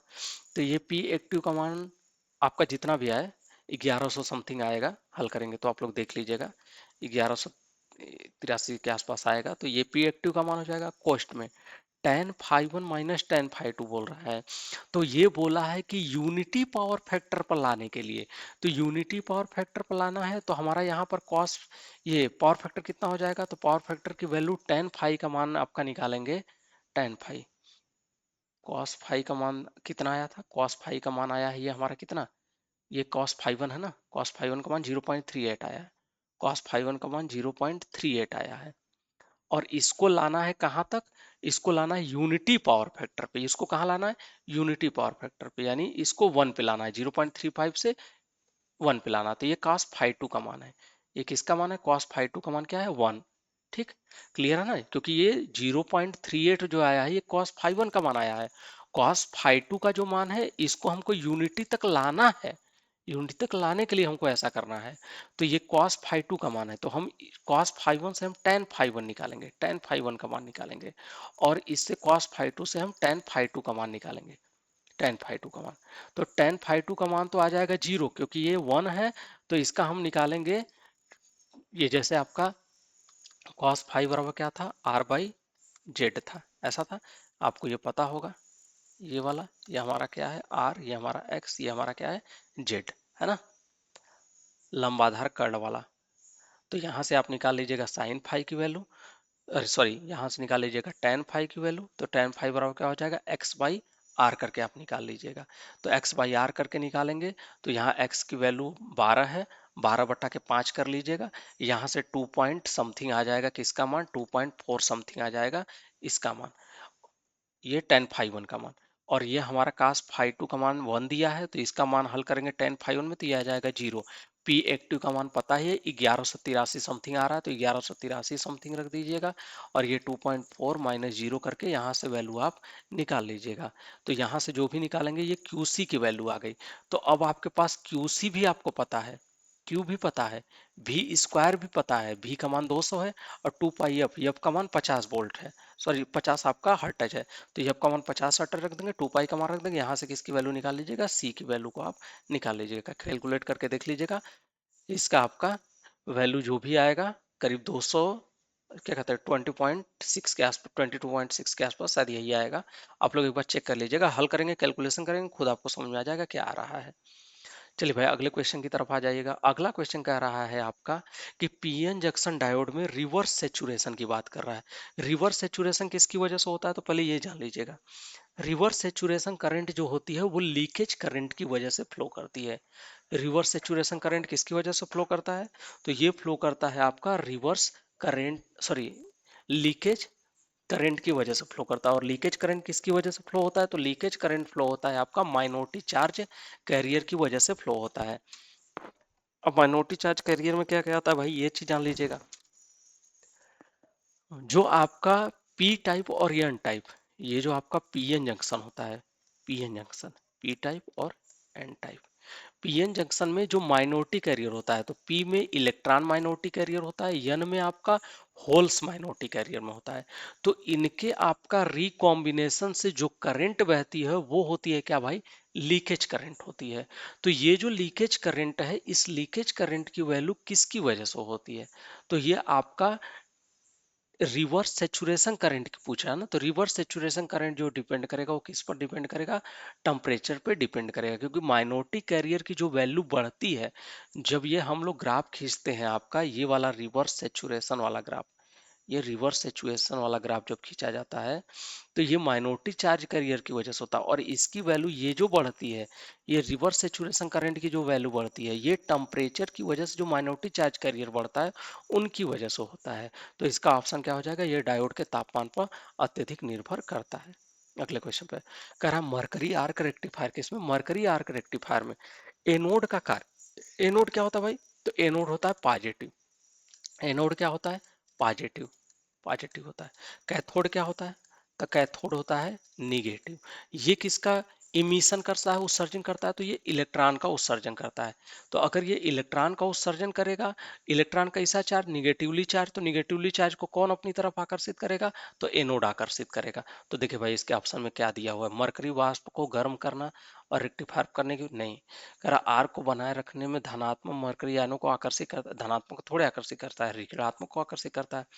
कैथोड से उत्सर्जित इलेक्ट्रॉन को एकत्र करना, तो हाँ कैथोड से जो निकलने वाले इलेक्ट्रॉन है इसको क्या करता है, इसको अपनी तरफ आकर्षित करता है। तो यही हमारा ऑप्शन क्या हो जाएगा, सही हो जाएगा। नेक्स्ट क्वेश्चन की तरफ कह रहा है 10 एम्पियर के शिखर मान वाले, यानी पीक वैल्यू दिया हुआ है, यहाँ पर किसकी वैल्यू दिया है, भी सॉरी आई एम की वैल्यू दिया है, एम्पियर बोल रहा है, तो आई एम की वैल्यू कितना दिया है, 10 एम्पियर दिया है। कह रहा आई आर एम एस की वैल्यू की बात कर रहा है, तो आई आर एम एस बराबर क्या हो जाएगा भाई, तो आई आर एम एस बराबर, और साइनसोइडल की बात किया तो आई एम बाई क्या हो जाएगा, √2। यहाँ से आप निकाल लीजिएगा इसकी वैल्यू, तो आई एम का मान दे ही रखा है 10/√2, यहाँ से हल करिएगा तो अभी सॉरी √2 है, तो इसको हल कर लीजिएगा, ये आ जाएगा 7.07, क्योंकि मैंने अभी कुछ देर पहले ही आपको 1/√2 का मान 0.707 निकाला था। तो यहाँ क्या हो जाएगा 0.7, सॉरी यहाँ से हल करेंगे तो 0.707 हो जाएगा, सॉरी इसको हल करेंगे तो 0.707, 1/√2 का मान हो जाएगा, गुणते 10 करेंगे तो यहाँ से 7.07 आ जाएगा। नेक्स्ट क्वेश्चन, अब देखो भाई कह रहा है त्रिकोण यानी ट्राई एंगुलर की बात किया, तो ट्राई एंगुलर में क्या होता है, आई आर एम एस बराबर होता है क्या भाई, Im/√3 होता है, शायद आपको पता हो तो पता हो। तो ये क्या होता है, IRMS बाबा Im/√3। तो शिखर मान का कितना अंश होगा, तो इस शिखर मान का कितना अंश होगा, तो 1/√3 होगा, और क्या होगा। तो ये हमारा हो जाएगा क्या, 1/√3। नेक्स्ट क्वेश्चन की तरफ चलिएगा। अगला कह रहा है आपका कि मूल्यह्रास कारक, यानी किसकी बात किया, डिसिप्रेशन फैक्टर की बात कर रहा है आपका, या मेंटेनेंस फैक्टर की बात कर रहा है। पहले तो जान लो कि आप मेंटेनेंस फैक्टर होता क्या है। मेंटेनेंस फैक्टर होता है समय के साथ, जब आपका जैसे जैसे समय बीतता जाता है वैसे वैसे जो लुमिनस आउटपुट होता है वो क्या होता है, कम होता जाता है। लुमिनस आउटपुट क्या हो जाता है भाई, कम होता जाता है। क्यों कम होता है, धूल, मिट्टी, जैसे आप लोग देखोगे बल्ब होगा, बल्ब के लैंप में क्या होता है, छोटे मोटे कीड़े पतंगे या फिर आपका धूल उल उसके अंदर आके जमा होने लगती है। तो उसके वजह से जब जैसे जैसे समय बीतता वैसे वैसे ये चीजें जब जमा होती हैं उसके ऊपर, उस बल्ब के ऊपर या बल्ब के अंदर, जैसे आजकल एलईडी बल्ब है तो बल्ब के अंदर आ जाते हैं, या बल्ब के अंदर चला जाता है धूल मिट्टी या फिर कीड़े फतिंगे, ये सब चले जाते हैं। तो उनकी वजह से क्या होता है, समय जैसे जैसे बीतता है वैसे वैसे क्या होता है कि इनके प्रकाश स्रोत में ये कमी कराने लगते हैं। जब बल्ब हम पहला लाएंगे तो एकदम चमकदार होता है, उस पर कुछ भी नहीं लगा होता, लेकिन जैसे जैसे समय बीतता है तो उसके बाहरी परत के ऊपर भी और अंदर भी दोनों जगहों पे क्या होता है कि ये धूल मिट्टी या कीट ये सब आके इकट्ठा होते हैं, जिसकी वजह से उसकी रोशनी को क्या करते हैं, कम करते हैं, या उस जिसको हम अपने टेक्निकल भाषा में कहते हैं इल्यूमिनेशन का घटना। तो इसी इल्यूमिनेशन के घटने को ही क्या बोला जाता है, डाइवर्सिटी, सॉरी, डिसिपेशन फैक्टर कहा जाता है, या मेंटेनेंस फैक्टर बोला जाता है आपका। क्लियर हो गया पहले, मूल्यह्रास कारक क्या होता है या रखरखाव कारक क्या होता है। ये अगर क्वेश्चन क्लियर होगा, क्योंकि इस पे बहुत सारा क्वेश्चन आता है, हर एग्जाम में इससे भी क्वेश्चन बनता है, तो ये बड़ा इंपॉर्टेंट क्वेश्चन है, तो इसको ध्यान रखिएगा। तो यही कह रहा है कि जीवन काल में उसके प्रकाश उत्पादन में कमी, ये हमारा क्या होगा, सही हो जाएगा। आपका अगर कंसेप्ट क्लियर है तो आपका क्या हो जाएगा, कोई भी क्वेश्चन गलत नहीं होगा। कह रहा है एकल फेज, सिंगल फेज के लिए कितनी वोल्टता होती है, तो 230। अगर आपका बात कर लेगा कि लाइन वोल्टेज कितना होता है, तो वहां पे क्या होता है, 415 वोल्ट। हमारा 415 वोल्ट जो होता है वो 3 फेज सप्लाई के लिए होता है। सिंगल फेज सप्लाई के लिए कितना होता है, 230 वोल्ट होता है। कह रहा है कि भारत की फ्रीक्वेंसी कितनी होती है, तो ये सिंपल क्वेश्चन है, कितना होता है, 50 हर्ट्ज भारत के लिए। और अगर विकासशील देशों की बात, सॉरी आपका जो विकसित देश है ऑलरेडी, उनके लिए क्या है, तो उनके लिए 60 हर्ट्ज है। खैर अगले क्वेश्चन की तरफ चलते हैं। अगला क्वेश्चन क्या कह रहा है, तो अगला कह रहा है कि कुल शक्ति, औद्योगिक संयंत्र की कुल शक्ति कितना दिया है। अब ये कुल शक्ति तो बोल दिया, लेकिन आपको नहीं पता कि ये पावर कौन सा है। यहाँ पे हम यूनिट देखेंगे तो किलोवाट है, मतलब एक्टिव पावर ये दे रखा है, ये एक्टिव पावर दे रखा है। एक्टिव पावर कितना दे रखा है आपका, तो 750 किलोवाट दे रखा है। ये 750 किलोवाट दिया है क्या, एक्टिव पावर। अगर कॉस फाई की वैल्यू की बात करें तो कॉस फाई कितना पावर फैक्टर, 0.75 लैगिंग है ना। कह रहा है जिसे 0.95 तक सुधारना है। अभी हम ऐसा क्वेश्चन आपको बताए हैं, ऐसा क्वेश्चन कुछ देर पहले ही बताए थे अभी, कि अगर ऐसा आ जाए क्वेश्चन तो आप क्या करेंगे, किस फार्मूले पे बताया, तो क्यूसी बराबर हमने बताया था पी कोष्ट में tan phi 1 minus tan phi 2, ऐसा हमने करके बताया था आपको। और यहाँ देखो tan फाई है, यहाँ cos फाई की वैल्यू दे रखी है, cos फाई 1 कितना दे रखा है, cos फाई 1 दे रखा है 0.75, cos फाई 2 दे रखा है, cos फाई 2, जहां तक इसको सुधारना है तो 0.95 तक हमें इसे क्या करना है, इम्प्रूव करना है, 0.95 तक इम्प्रूव करना है। तो यहां से हम निकाल लेंगे क्या, tan फाई 1 निकाल लेंगे। cos फाई 1 की वैल्यू जो 0.75, इससे हम tan फाई 1 निकाल लेंगे। cos फाई 2 की जो वैल्यू है 0.95, इससे हम tan फाई 2 निकाल लेंगे, tan फाई 2 निकाल लेंगे। तो tan फाई 1 की वैल्यू मिल गई, tan फाई 2 की वैल्यू मिल गई। और हमारा P की वैल्यू दिया ही है, P एक्टिव पावर्स कितना है, 750 किलोवाट। तो यहाँ 750 का मान रख देंगे, 750 हो जाएगा, यहाँ से tan फाई 1 का मान, यहाँ से tan फाई 2 का मान, और हम यहाँ से क्या करेंगे, ये QC का मान निकाल लेंगे, क्योंकि ये कह रहा है kVAR। तो Q की वैल्यू क्या होती है, kVAR में ही होती है, क्योंकि यस बराबर क्या होता है, P प्लस जे क्यू होता है। शायद ये पढ़े हो तो पढ़े होंगे। यस क्या है, यस हमारा जो है एप्रिसिएंट पावर है। पी क्या है हमारा, तो पी हमारा एक्टिव पावर है। क्यू क्या है, हमारा रिएक्टिव पावर है, जिसकी वैल्यू के वी ए आर में होती है, जिसकी वैल्यू किलो वाट में होती है, जिसकी वैल्यू के वी ए में होती है। शायद ये पढ़े होंगे तो पढ़े होंगे। ठीक, तो ये हमारा क्या है भाई, यही हमको क्यू निकालना, और यही क्यू हमने कहा ना, ये बहुत ट्रेंडिंग में चल रहा है इस टाइम पे ये। तो इस पर क्वेश्चन आपका अक्सर पूछा जा रहा है, तो इसको आप लोग नोट कर लीजिएगा कहीं ना कहीं। कह रहा है कि आईई रूल 77 के अनुसार नॉन अर्थड चालक के लिए जमीन से न्यूनतम ऊंचाई कितनी होती है। देखो भाई, 11 के भी कह दे या आपसे कह दे हाई वोल्टेज, इन दोनों केस में 11 के भी या हाई वोल्टेज, इन दोनों केस में जो आपका चालक से न्यूनतम आपका जो वर्टिकल क्लियरेंस है, किसकी बात कर रहा है, वर्टिकल क्लियरेंस की बात कर रहा है। तो और वो भी सड़क को पार करती हुई लाइन जा रही है। यानी ये कोई लाइन, ये कोई सड़क है आपका, ये कोई सड़क है। इस सड़क को अगर कोई लाइन पार कर रही है तो इसकी जो आपका ये भूमि से जो ऊंचाई है ये कितनी होनी चाहिए। तो ये होता है 6.1, किसके लिए, हाई वोल्टेज के लिए। तो हाई वोल्टेज के लिए 11 केवी के लिए 6.1 वोल्ट, सॉरी वो 6.1 मीटर होता है। ठीक। लेकिन अगर यही कह दे लो वोल्टेज, लो वोल्टेज या क्या बोल दे, डिस्ट्रीब्यूशन वोल्टेज बोल दे, डिस्ट्रीब्यूशन वोल्टेज बोल दे, ऐसा बोल दे आपका, तो इसकी जो वैल्यू होती है 5.8 मीटर होता है। कितना होता है भाई, तो इसकी वैल्यू होती है 5.8 मीटर। क्लियर।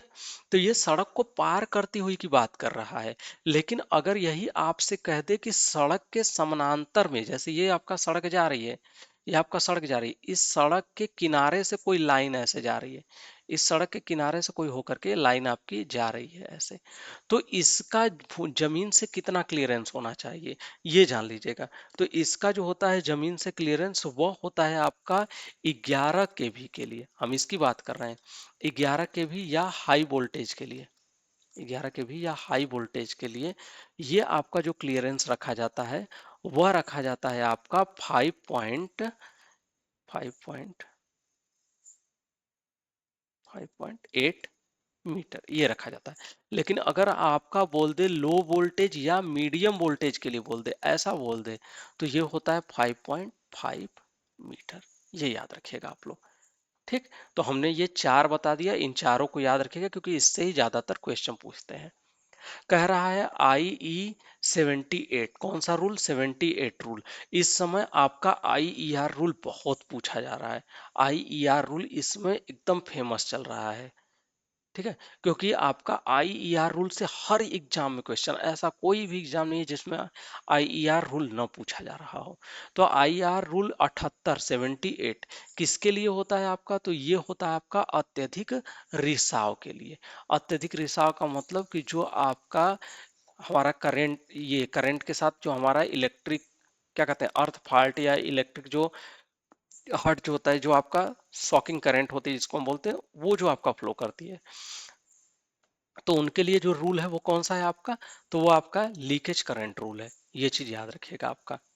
अच्छा, रूल एक 80 भी है, हम उसके बारे में भी बताएंगे, वो सब स्टेशन के लिए यूज किया जाता है कि रूल 80 वाला। ठीक। वो आगे आएगा क्योंकि इसमें बहुत तेजी से पूछा जा रहा है। रूल 77 अभी आपने पढ़ा, ये 77 वाला था। तो रूल 77 क्या बताता है, तो ये क्लियरेंस को बताता है आपका कि कितना मीटर होना चाहिए भूमि से आपका चालक की ऊंचाई, इसके बारे में बताता है। उसी तरह से ये रूल 78 आपने देखा कि आपका लीकेज करंट के लिए बताता है आपका।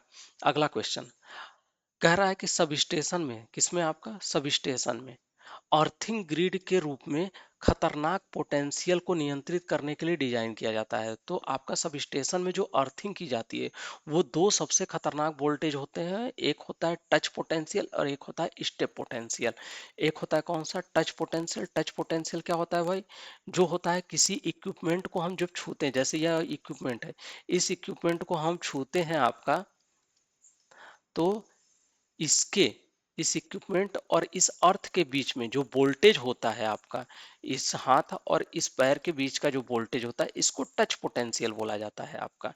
इसको टच पोटेंशियल, क्योंकि आपका सब स्टेशन में कोई ना कोई इलेक्ट्रिक इक्विपमेंट होगा, उसी को हम टच करेंगे, तो उनके लिए जो वहां पर आपका पोटेंशियल होता है वो टच पोटेंशियल। और दूसरा होता है कि व्यक्ति के पैरों के बीच, ये जो व्यक्ति के दो पैर होते हैं, इनके दो पैरों के बीच का जो वोल्टेज होता है, उसको स्टेप पोटेंशियल बोला जाता है। तो इन्हीं के खतरों से हम क्या करते हैं, बचाने के लिए हम किसका यूज करते हैं, अर्थिंग ग्रिड सिस्टम का यूज करते हैं। नेक्स्ट क्वेश्चन कह रहा है एनर्जी मीटर की करंट कॉइल, करंट कॉइल कहाँ जुड़ा होता है, तो हमने आपको बताया था कि करंट कॉइल की जब भी बात आएगी वो कहाँ होगा, सप्लाई के श्रेणी क्रम में। पोटेंशियल कॉइल की जब भी बात आएगी कहाँ होगा, सप्लाई के समानांतर क्रम में। करंट कॉइल किसका बना होता है, तो मोटे तारों के कम वर्तन का। पोटेंशियल कॉइल किसका बना होता है, तो पतले तारों के अधिक वर्तन का। नेक्स्ट क्वेश्चन निम्नलिखित में से कौन सा ट्रांसफार्मर इंटरनल फॉल्ट का कारण नहीं है? तो इंटरनल फॉल्ट का कारण क्या शॉर्ट सर्किट है? शॉर्ट सर्किट से तो इंटरनल फॉल्ट होता है। कोर हीटिंग है, कोर हीटिंग से भी इंटरनल फॉल्ट होता है आपका। उसके बाद इंसुलेस ओवरलोडिंग, तो ओवरलोडिंग क्या है भाई? ओवरलोडिंग बाहर होगा, ये इंटरनल नहीं होगा, क्योंकि जो भी लोड पड़ेगा, क्योंकि लोड बोला है यहाँ पे, क्या बोला है? लोड। यहाँ पे लोडिंग की बात किया तो लोड बाहर से दिया जाता है, तो ये हमारा क्या हो जाएगा? सही हो जाएगा। यही कारण नहीं है, नहीं पूछा है, तो हमारा क्या हो जाएगा? ओवरलोडिंग ना कारण नहीं है। बाकी इंसुलेशन ब्रेकडाउन तो है ही आंतरिक दोष का कारण। तो शॉर्ट सर्किट, कोर हीटिंग और ब्रेकडाउन, ये तीनों क्या है? ये आंतरिक दोष के कारण है। और ओवरलोडिंग क्या है? ये दोष का कारण नहीं। बहुत से बच्चे कोर हीटिंग को लेकर कंफ्यूजन में रहते हैं, तो कोर हीटिंग को लेकर कंफ्यूजन मत रहिएगा भाई, क्योंकि इसलिए मत रहिएगा कि ओवरलोडिंग जो होता है वो बाहर से लोड दिया जाता है, तो बाहर से लोड जो दिया जाएगा आपका, तो उसकी वजह से इंटरनल फॉल्ट नहीं है। ठीक। अगला क्वेश्चन कह रहा है एक पावर सिस्टम में कौन से दोष सबसे आम प्रकार के हैं? तो सबसे आम थ्री फेज फॉल्ट नहीं, फेज टू फेज फॉल्ट नहीं, ये दो फेज, यानी ये थ्री फेज है, थ्री फेज फॉल्ट ये सबसे कम होता है। Three phase fault, two phase fault ये आपका जो होता है थ्री फेज से ये ज्यादा होता है। Single line to ground fault, हाँ ये सबसे ज्यादा होता है। इसी को बोलते हैं आपका ग्राउंड जी, इसको आपका एलजी फॉल्ट बोला जाता है, line to ground fault, LG fault ये, या सिंगल फेज फॉल्ट, यही सबसे अधिक होता है। कितना परसेंट होता है?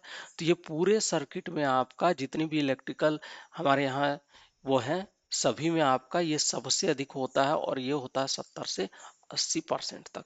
70 से 80% तक यही फॉल्ट होता है सभी फाल्टों में, यानी जितने भी हमारे यहाँ फाल्ट मौजूद हैं, उन सभी फाल्टों में सबसे अधिक 70 से 80%, और सबसे कम जो होता है वो थ्री फेज फाल्ट होता है। सबसे अधिक धारा किस में बहती है? तो थ्री फेज फाल्ट में बहती है आपका सबसे अधिक धारा। सबसे कम किस में धारा बहती है? तो एलजी फाल्ट में बहती है। तो ये सारी चीजें आप जानते रहिएगा। कह रहा है किसी सब स्टेशन में निम्नलिखित में से कौन सी सुरक्षा योजना, सेफ्टी प्रोटेक्शन की बात कर रहा है? किसकी बात कर रहा है? प्रोटेक्शन स्कीम की बात कर रहा है। और किसके प्रोटेक्शन? ट्रांसफार्मर की वाइंडिंग प्रोटेक्शन के लिए। तो ट्रांसफार्मर में ये दो होता है, ये प्राइमरी वाइंडिंग होता है, और ये क्या होता है ट्रांसफार्मर में? ये सेकेंडरी वाइंडिंग होता है। तो ट्रांसफार्मर में ये दो वाइंडिंग होती है, प्राइमरी और सेकेंडरी। तो प्राइमरी वाइंडिंग और सेकेंडरी वाइंडिंग में खराबी के लिए सबसे तेज और सबसे विश्वसनीय सुरक्षा कौन प्रदान करता है? तो वो होता है डिफरेंशियल प्रोटेक्शन। आप लोग याद रखिएगा इस चीज को, ये क्वेश्चन मोस्ट इंपॉर्टेंट है, ये बहुत पूछा जाता है। इसी को आपका जो डिफरेंशियल प्रोटेक्शन है, इसी को कहा जाता है यूनिट प्रोटेक्शन स्कीम। इसी का दूसरा नाम दे दिया गया है यूनिट प्रोटेक्शन स्कीम।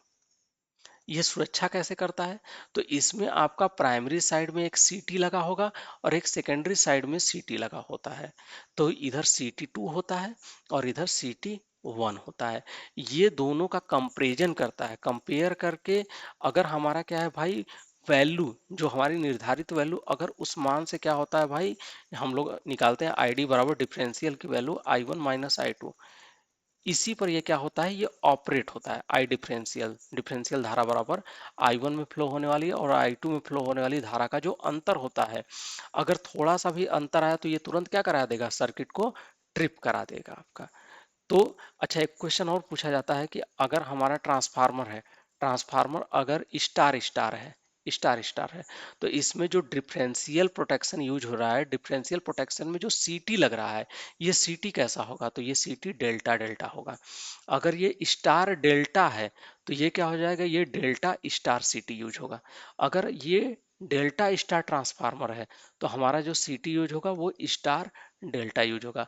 अगर हमारा ये ट्रांसफार्मर डेल्टा डेल्टा टाइप का है, तो इसमें जो सीटी लगेगा वो स्टार स्टार टाइप लगेगा। ये भी आप लोग याद रखिएगा। नेक्स्ट क्वेश्चन की तरफ चलते हैं। कह रहा है कि attenuation mean in the context of the coaxial cable, यानी समाक्षीय केबल में छीड़न शब्द, छीड़न का मतलब होता है क्षय, तो क्षय का मतलब नुकसान होना। तो नुकसान होने का अर्थ यानी केबल में नुकसान, तो वह गति जिस पर सिग्नल केबल के माध्यम से संचारित होता है तब क्षय होगा, नहीं ये नहीं होगा। केबल की बाहरी हस्तक्षेप नहीं। ये अगला क्या कह रहा है, केबल सुरक्षित रूप से कितनी बिजली संभाल सकता, नहीं। अगला कह रहा है केबल की एक निश्चित लंबाई पर सिग्नल की शक्ति का नुकसान। तो यहाँ बात किया है शक्ति के नुकसान की, पावर के नुकसान की, और एक निश्चित लंबाई पे बात किया है। यहाँ भी बोला है छीड़न शब्द, छीड़न का मतलब नुकसान, क्षय होना यानी नुकसान होना। तो वो क्या हो जाएगा भाई, यही हमारा सही होगा, केबल की एक निश्चित लंबाई के सिग्नल पर शक्ति का नुकसान। क्लियर। चलिए भाई, अच्छा इसमें एक क्वेश्चन और जान लीजिएगा कि जो इसमें आपका बात किया है, एक शब्द आया है आपका ट्यूनेशन। इसका, इसकी बात हम कर लेते हैं कि इसकी वैल्यू को किस में मेजर किया जाता है। तो इसकी वैल्यू को मेजर किया जाता है डेसिबल में। इसकी वैल्यू किस में मेजर किया जाता है, डेसिबल में, यानी डीबी में मापा जाता है। और इसका मान इस डीबी का मान, यानी एटुनेशन के लिए डीबी का मान जितना कम होगा, केबल की गुणवत्ता क्या होती है, उतनी ही बेहतर होती है, केवल उतना ही अच्छा माना जाता है। ये चीज याद रखिएगा। अगले क्वेश्चन की तरफ आ जाते हैं। अब देखिए उसी पर आधारित क्वेश्चन, ये समाक्षीय केबल था ना, ये आपका कोएक्सियल केबल जो है, इसी कोएक्सियल केबल पर ये आपका क्वेश्चन एक और आ गया। क्या कह रहा है आपका भाई, कह रहा है कोएक्सियल केबल में जो आपका वेग है, केबल का वेग कारक Vf कितना दिया है, 0.78। और कह रहा है कि जो प्रोपगेशन डिले है वो आपका 500 नैनो सेकेंड है। तो इसके लिए केबल की कितनी लंबाई की आवश्यकता होगी, यानी केबल की लंबाई को पूछ रहा है। यल बराबर पूछा जा रहा है कि केबल की लंबाई, सॉरी कितनी होगी, यानी यल की वैल्यू कितना होगी, ये आपसे पूछ रहा है। ठीक। तो यल बराबर क्या होता है, तो पहले तो ये जान लीजिएगा। तो केबल की लेंथ यल बराबर होता है, यल बराबर भी इंटू टी इंटू यल होता है, ये होता है आपका। अब ये क्या क्या मान दिया, भी क्या होता है, तो भी होता है केबल की वेलोसिटी। केबल की वेलोसिटी, भी क्या होता है, वेलोसिटी की बात करती है, वेग की बात करती है। तो भी बराबर क्या होता है, भी बराबर होता है वी एफ इंटू सी। वी एफ का मतलब जो हमारा वेलोसिटी फैक्टर है, वेलोसिटी फैक्टर कितना दिया है, तो वेलोसिटी फैक्टर दिया है, ये जो वेलोसिटी फैक्टर है ये आपका दे रखा है 0.78 गुणते, सी की वैल्यू कितना दे रखा है, 3 गुणते 10 के घाते 8, क्योंकि प्रकाश का वेग है तो 3 गुणते 10 के घाते 8 हो जाएगा। यहां से हम निकालेंगे भी। भी को हमने बताया आपका क्या है कि भी जो है हमारा वो क्या है, वेलोसिटी है। किसकी है, सिग्नल की वेलोसिटी। ये क्या है, सिग्नल की वेलोसिटी। सिग्नल की velocity is equal to velocity factor गुणते प्रकाश का वेग। यहाँ से हमारा v मिल जाएगा, सिग्नल की वेलोसिटी, यही आपका v को वैल्यू को हमें यहाँ पुट करना है। उसके बाद हमारा क्या दिया हुआ है आपका, तो v बराबर यहाँ से हम निकाल लेंगे, जो भी आएगा यहाँ से हल कर लीजिएगा, ये v की वैल्यू आ जाएगी। ये कैलकुलेट करने के बाद जो भी आ जाए आपका, इसके बाद हम क्या करेंगे, इसी v की वैल्यू को हम क्या पुट करेंगे, हम यहाँ पे पुट कर देंगे। उसके बाद t की वैल्यू दे ही रखा है, t की वैल्यू कहाँ गया, ये कह रहा है 500 नैनो सेकेंड। तो ये v की वैल्यू यहाँ से हम ले लेंगे गुणते 500 नैनो सेकेंड, 500 गुणते 10 के घाते -9 कर देंगे, गुणते आपका यल कि कितना हमको मीटर लेना है वो आपका। तो यहाँ इसमें इसको मल्टीप्लिकेशन कीजिएगा, जितना आएगा वो आपका उतना लंबाई हो जाएगी, उतना मीटर हो जाएगा। हल करके देख लीजिएगा जितना भी मीटर आए आपका। अगला क्वेश्चन क्या कह रहा है भाई, चलिए हम आज के लिए इतना ही रहने देते हैं। आप सभी लोग जितने भी प्यारे साथी हैं वो हमारे कोर्स के साथ जुड़ जाइए। जो हमारा इस टाइम कोर्स चल रहा है, जितने भी कोर्स चल रहे हैं, आपको नए नए प्रकार की चीजें मिलती रहेंगी आपका, और हम जो भी पढ़ाएंगे उसको विधिवत आपको समझाते हुए चलेंगे, ताकि आपको कहीं भी कोई कंफ्यूजन न रह जाए। अभी क्या है कि धीरे धीरे चल रहे हैं, इसलिए धीरे धीरे चल रहे हैं कि आपको एक एक चीजें समझ में आ जाए। जब हमारे लैंग्वेज को आप पकड़ लेंगे तो इसके बाद हम खुद स्पीड इतना बना देंगे कि आपको परेशान होने की जरूरत नहीं, बस क्वेश्चन आएगा आंसर कराते चले जाएंगे जल्दी जल्दी, जिससे आपको डिस्टर्ब होने की जरूरत नहीं होगी। तो आज के लिए इतना ही। लेकिन हाँ, एक बात का आप सभी लोग ध्यान देंगे कि जो भी आपके कोर्सेस हैं, जो भी आपके कोर्सेस चल रहे हैं, उन कोर्सेस को आप एक बार जाइए, वहाँ देखिए क्या है, क्लासेस में क्या दिया गया, किस तरह का कंटेंट दिया गया। अगर आपको कंटेंट अच्छा नहीं लगता, अगर कोई सुधार की आवश्यकता है, तो भी आप हमें मैसेज करके बता सकते हैं। सभी को हमारा नंबर जो है वो हमारे टेलीग्राम पर, हमारे व्हाट्सएप पे आप कहीं भी मैसेज करके सारी चीज़ों के बारे में जानकारी आप दे सकते हैं। तो आज के लिए इतना ही। शुभ रात्रि, शब्बा खैर, गुड नाइट।